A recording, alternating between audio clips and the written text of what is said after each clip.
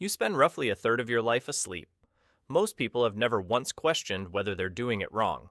Your sleep position affects your spine, your airway, your skin, your digestion, and how rested you actually feel when the alarm goes off. Some positions protect your body. Others quietly damage it night after night for years.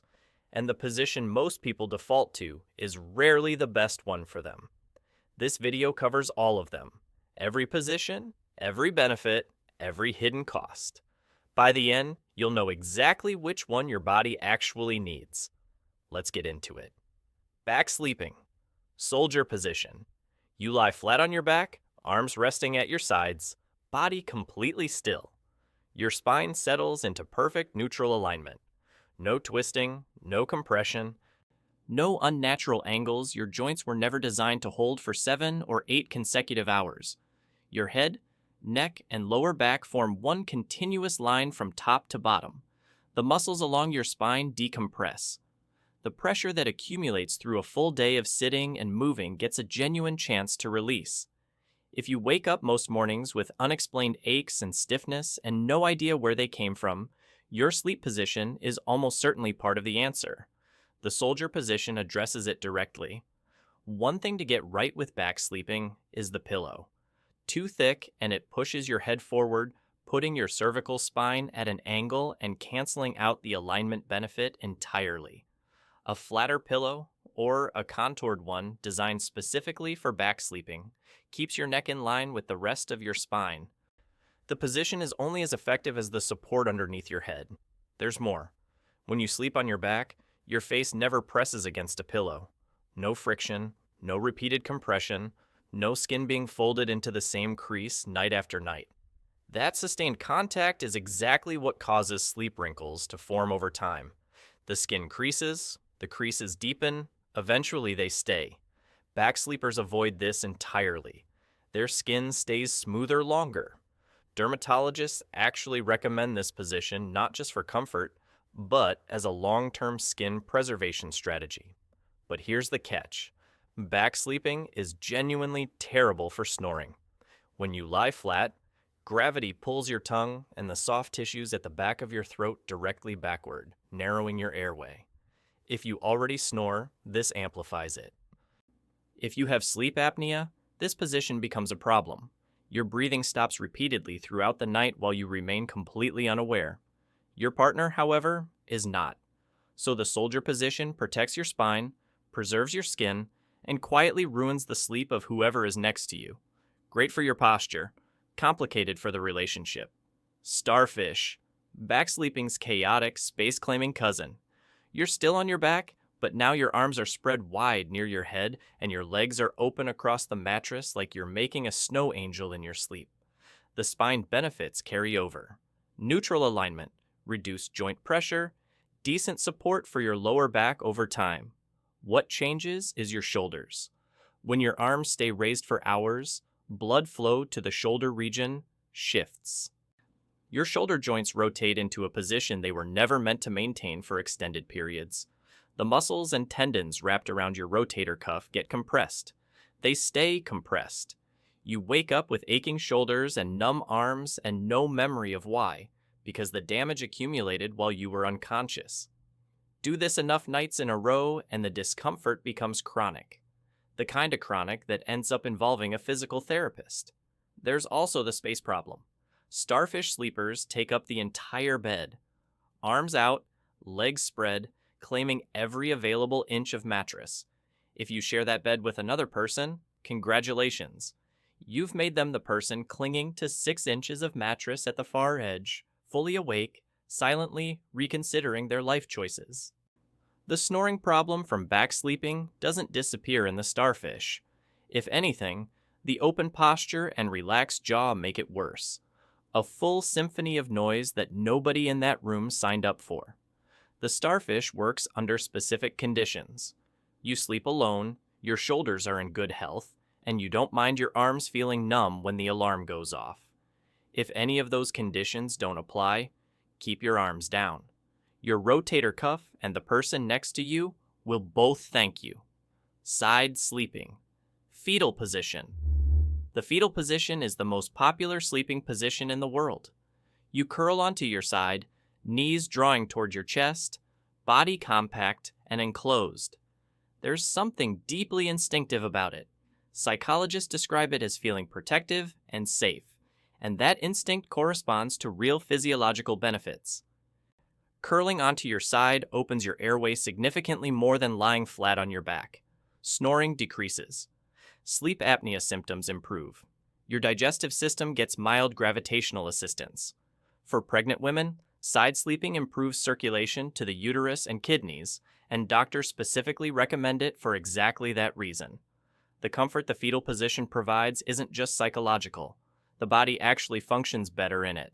Breathing stays easier. The fetal position's prevalence across cultures and climates isn't a coincidence. It's the position most humans default to when exhausted, cold, or anxious. You see it in infants, in people sleeping in hospital recovery rooms, in anyone who falls asleep on a couch without planning to. The pull toward it is biological. When the body is depleted, it curls. The instinct runs deeper than habit or preference. What makes the fetal position notable is that this instinctive pull actually aligns with genuine physiological benefit. The body isn't just seeking emotional comfort. It's orienting itself into a configuration that, when done correctly, genuinely supports recovery. Your spine assumes a curve close to its natural shape. Your airway stays clear. Muscles that normally hold tension through the day can finally let go. Sleep studies consistently show that side sleepers report fewer disruptions throughout the night than back sleepers. Their breathing is more consistent. Their bodies move less. When everything is working as it should, the fetal position is genuinely restorative. The problem is not the fetal position itself. Done correctly, with the body genuinely relaxed and the curve gentle rather than forced, it is one of the best ways a human body can spend a night.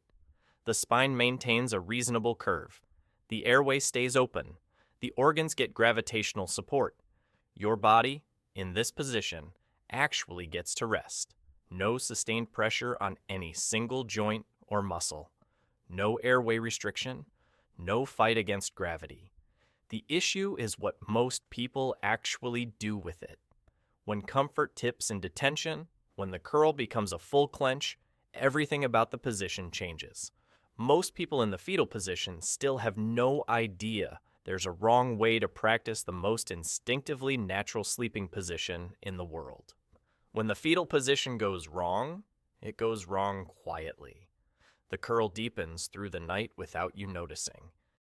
Your knees draw tighter toward your chest, your shoulders round forward, your chin drops. By the time your alarm goes off, you've spent 7 or 8 hours in a sustained clench.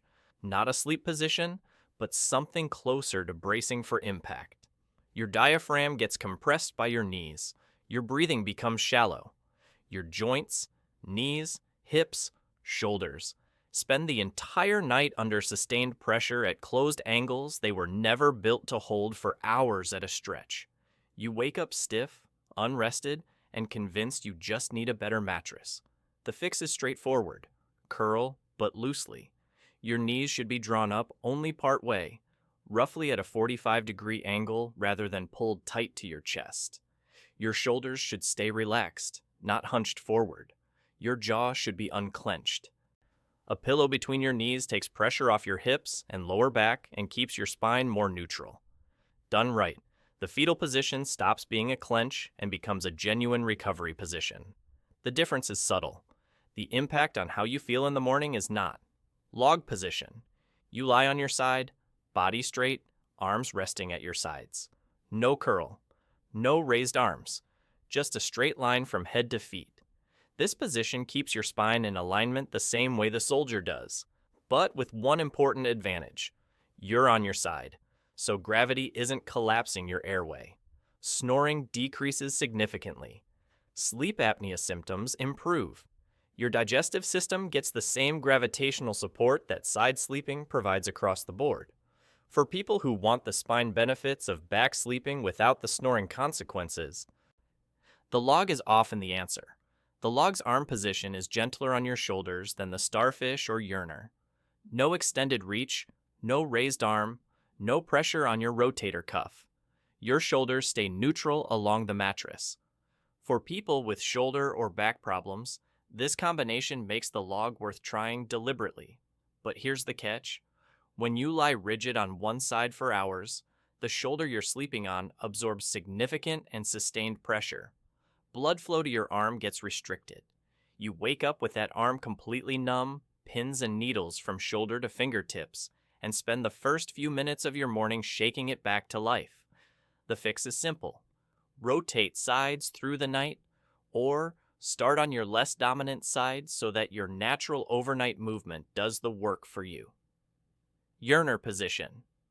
You're on your side, but now both arms are stretched forward in front of you, reaching, grasping, like you're running towards something in your sleep, or away from something. The image is faintly unsettling.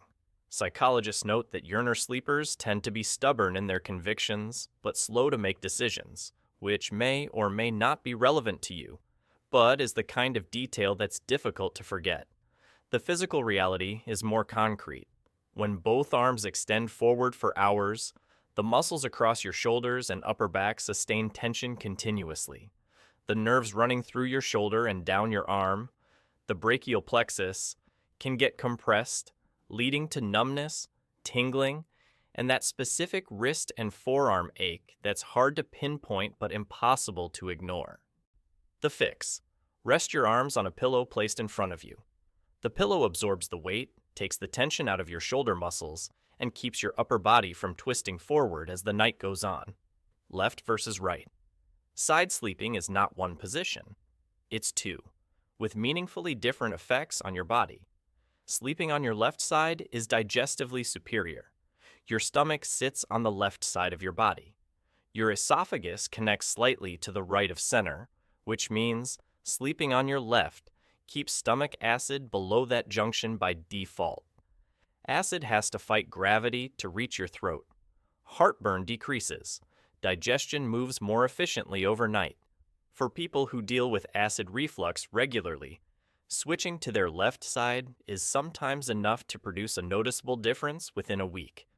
During pregnancy, the left side advantage becomes more specific.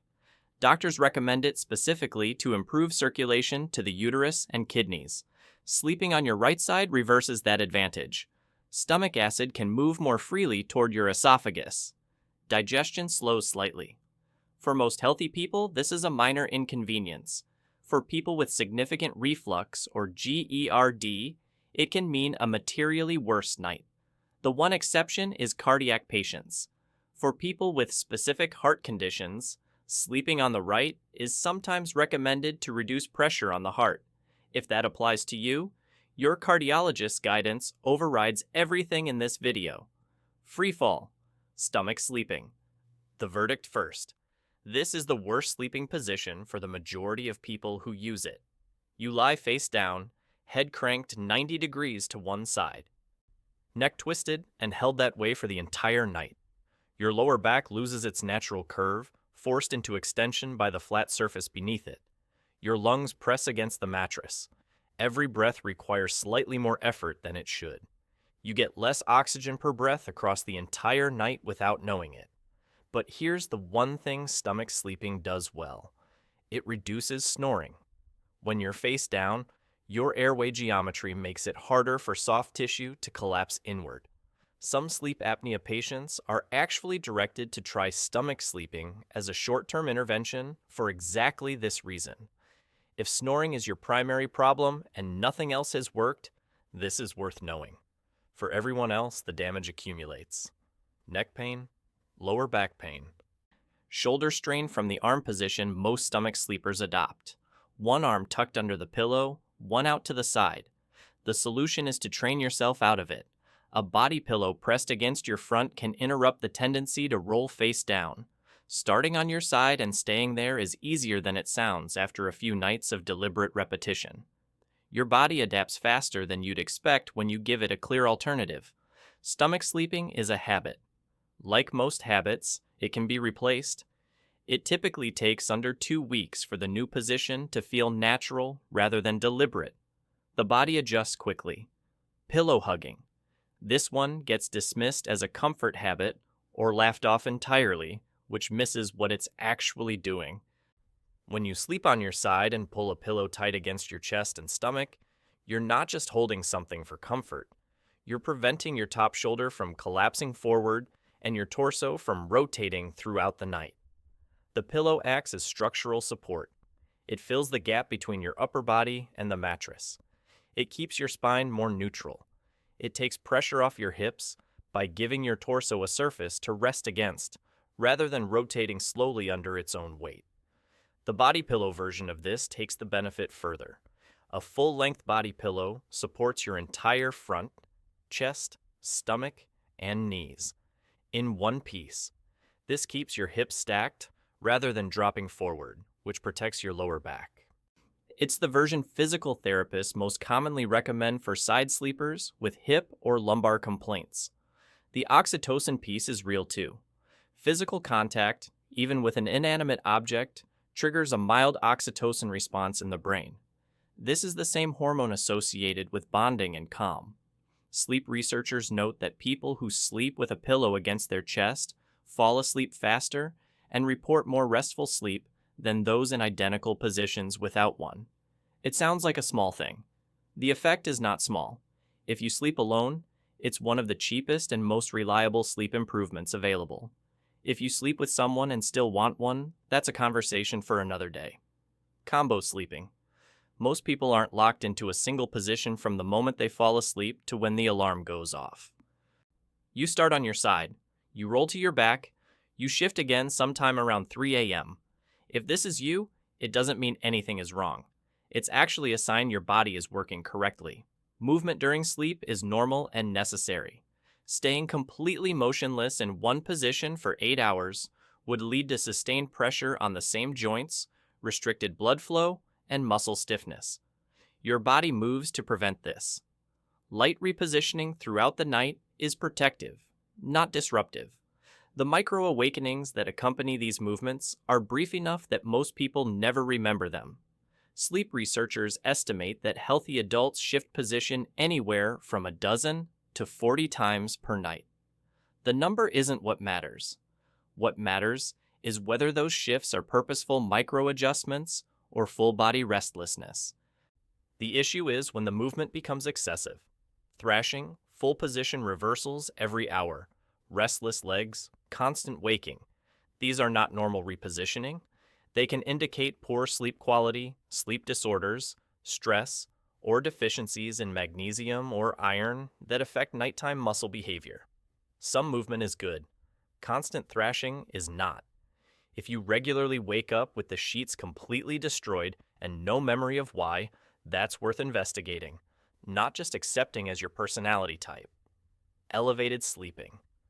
This isn't a traditional position in the way the others are. It's a modifier.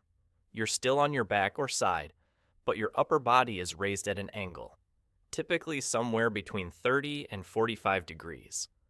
A wedge pillow accomplishes this. An adjustable bed does the same thing with more control. The benefits are specific and well documented. Elevation keeps stomach acid below the esophageal junction by geometry rather than position, making it the most reliable intervention for nighttime acid reflux. For sleep apnea, raising the upper body reduces the degree to which soft tissue falls backward and collapses the airway. Sinus congestion drains more effectively when the head is elevated rather than flat. People recovering from surgery are frequently placed in elevated sleep positions for exactly these reasons.